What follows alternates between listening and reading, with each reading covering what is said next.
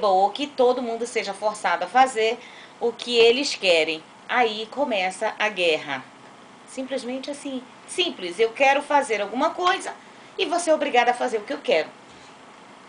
É isso. Dizem que as primeiras guerras é sempre assim, né? Você não tem o direito de fazer o que você quer. Isso, eu tenho que fazer o que os outros querem.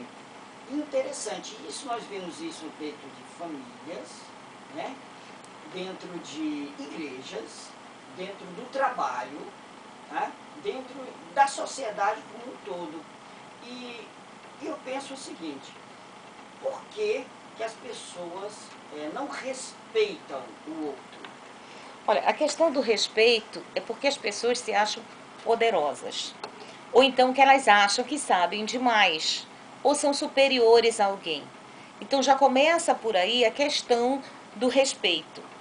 Tá certo que eu tenho que me amar, que eu tenho que fazer as coisas, mas eu também tenho que parar e perceber quais são os direitos do meu vizinho, do meu irmão, do meu pai, do meu filho. Então tudo isso a gente tem que verificar para evitar conflitos. Então, para evitar conflitos, a gente tem que conversar e não obrigar as pessoas a fazerem aquilo que a gente quer. É simples, Flávia. E as pessoas assim não entendem dessa maneira. Vizinhos costumam brigar por causa de uma calçada, costumam fazer e acaba acontecendo às vezes até morte em consequência disso. Então o egocentrismo está muito ligado em cima o que eu quero, né? Não do que o outro quer, não do que nós queremos. Eu vejo muito que as pessoas não procuram o caminho do meio. Porque sempre, você como advogado, nós estamos conversando agora, existe três verdades. É, A minha verdade, a sua verdade e a verdade. e o fato real que aconteceu. Exato, É o isso que fato a gente real. sempre procura buscar, esse fato real, principalmente quando a gente está na justiça. Então, como a gente vê, por exemplo, todos os dias conflitos, na grande maioria tem que ser a mediadora. Então, eu tenho que perceber, extrair a verdade de um lado, a verdade do outro, para se chegar ao fato real. Dar razão a todos dois, porque nesse caso é melhor uma conciliação mal feita, ou um acordo mal feito, que a gente sempre diz, do que uma grande guerra que não vai resultar em nada, só perdas e perdas. E é interessante que Nelson Mandela, ele era advogado, né? Claro. E dentro da história dele conta que ele, durante 67 anos, né, ele dedicou sua vida ao serviço da humanidade como advogado, defensor dos direitos humanos, como preso de consciência, trabalhando pela paz e como primeiro presidente democraticamente eleito em uma vida no África do Sul livre. E ele é recorde alguns... Bom, e dentro de que nós estamos falando, estamos recordando, né, algumas das suas ideias. Então o advogado, ele é um ator, no termo de ação, né? É, porque ele trabalha bastante Ele nesse gera sentido. a paz. O advogado, ele tem essa função. Olha que interessante, que eu nunca tinha pensado isso, até conversar com você nas nossas discussões aqui fora do ar, né? Então, o advogado, ele faz a ação da paz, é isso? Na grande maioria das vezes, ele tem que fazer a ação da paz. Porque nem sempre tudo aquilo que vai ser uma demanda, né, a confusão dos outros que a gente tem que administrar, vai ser interessante até para a própria pessoa que está brigando. Então a gente tem que aconselhar bastante para verificar a paz, fazer a conciliação. Em caso não conseguindo, é que a gente deixa que os juízes resolvam. O juiz também foi advogado, formado em direito, então tem que ver essas questões todas. Então é muito interessante nessa parte, porque, por exemplo, Mandela, advogado, Ok. né, o que foi que ele fez? Grande Grande também, advogado, excelente. grande que libertou a Índia, né? Também usando a ferramenta paz, né? Ele era advogado. Sim, mas aí acontece o seguinte, por exemplo, o que foi que ele fez? Ele fez o sacrifício da vida dele em prol de toda uma nação. E não foi só pela África do Sul, porque como ele lutava pelos direitos humanos, ele lutou por todo o continente africano, que é cheio de guerra.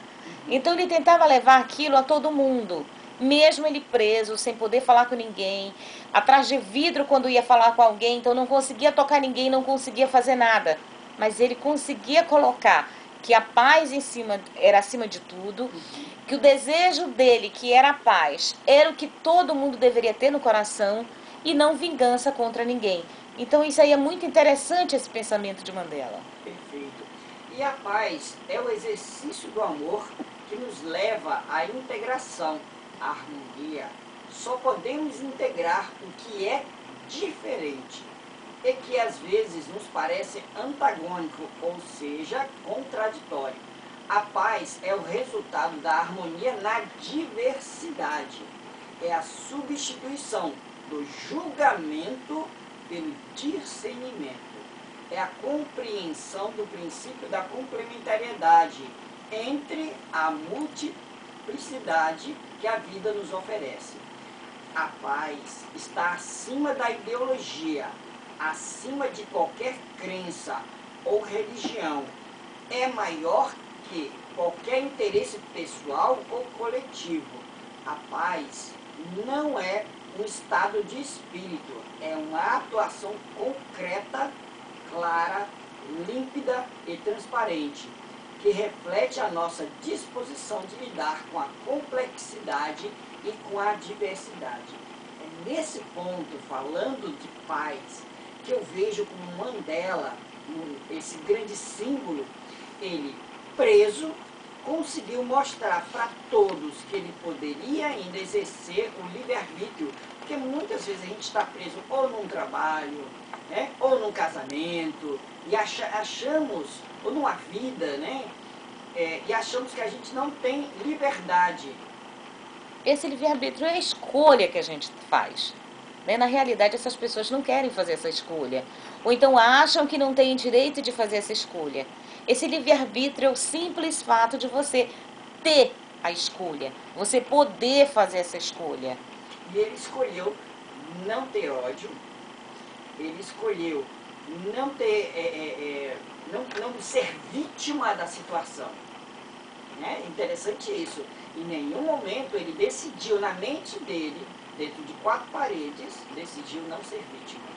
Olha, quando ele escolheu ficar preso, quando ele foi para a luta armada e verificou e se entregou e foi sofrer por causa disso, numa época onde negro não podia falar, nenhuma pessoa podia se revoltar contra o regime que existia na África do Sul, o que foi que ele fez? Ele renunciou à vida dele, o livre-arbítrio dele, renunciar à vida que ele poderia ter, inclusive de corrupção no meio das outras pessoas, que a África era corrupta naquela época, tanto não sei hoje, né? Porque ainda não fizemos uma análise sobre isso. Mas muita coisa acontece. Então, ele escolheu ficar do lado de quem? Do lado do povo sofrido, do humilde. Ele escolheu não várias raças, ou a raça negra, como alguém chama, né? Mas ele escolheu o quê? O ser humano. O ser humano. Para ele só existia uma coisa. Qual raça? A raça humana. Né? Diferente de muitos outros líderes que a gente viu por aí, por exemplo, Hitler. Ele queria a raça ariana como se fosse e acabou e promoveu uma guerra. Já Mandela fez o quê? Toda raça tem que ser só uma. O quê? A raça humana, o homem. Voltamos já para falar mais sobre paz. Escutem Max Viana, A Paz. Tá?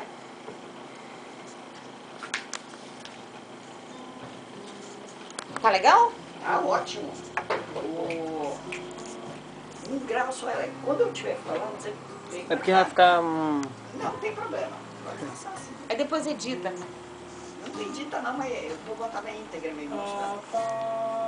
Se você quiser ficar em pé, eu já ensinar.